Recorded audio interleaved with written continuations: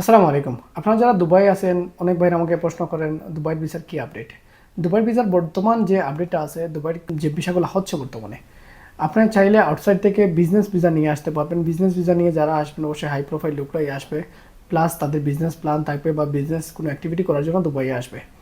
আগে দুবাইয়ে বিজনেস ভিসাগুলো আসার পরে ঘরের ভিসাটা হয়তো এখন আবার ঘরের ভিসাগুলো হচ্ছে না, শুধু আপনি পার্টনারে এটাকে চেঞ্জ করতে পারবেন। আর দুবাইয়ের আউটসাইডের হাই প্রফেশন ভিসা, আউটসাইডের হাই প্রফেশন ভিসার জন্য আপনার অনার্সের সার্টিফিকেট থাকতে হবে, না হলে আপনি দুবাইয়ে এখন নর্মাল ভিসাতে আসতে পারবেন না। আর দুবাইয়ের নর্মাল আউটসাইডের ভিসাগুলো আপনারা জানেন বিগত দিন থেকে বন্ধ আছে। আর আরেকটা ভিসা খোলা ছিল বিগত দিনে মহিলাদের ভিসা। মহিলারা অনেক মহিলার ভিসা ইস্যু হয়েছে ঈদের আগ পর্যন্ত। বর্তমানে মহিলাদের ভিসাগুলা 2 ইয়ার্সের যে এমপ্লয়মেন্ট ভিসাগুলো ছিল সেগুলা আপনার অ্যাপ্রুভেল আসতেছে না। ইভেন কিছু ভিসা অ্যাপ্রুভেল আসার পরেও তারপরে নো এন্ট্রি সেগুলোতে করে দিছে। আর যারা লোকাল আছেন, লোকাল ভিসা ট্রান্সফার করতে চাচ্ছেন, লোকাল ভিসা ট্রান্সফারও আপনি হাই প্রফেশনে করতে হবে, সেক্ষেত্রে আপনার ডিগ্রির বা অনার্সের সার্টিফিকেট থাকতে হবে।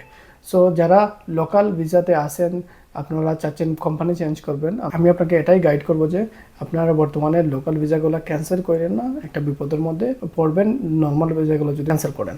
সো সেক্ষেত্রে আপনারা ওয়েট করেন ভিসা ট্রান্সফারটা ভালোভাবে চালু হোক, তখন গিয়ে আপনারা নর্মাল ভিসাগুলো চেঞ্জ করতে পারবেন। সো ভিডিওর সারমর্ম হলো দুবাই বিজনেস ভিসা হচ্ছে, হাই প্রফেশনের আউটসাইডের ভিসা হচ্ছে, মহিলার ভিসাগুলো হয়তো বর্তমানে মহিলার ভিসাগুলো হচ্ছে না, ইনসাইডের শুধু হাই প্রফেশন ভিসাগুলো চেঞ্জ হচ্ছে।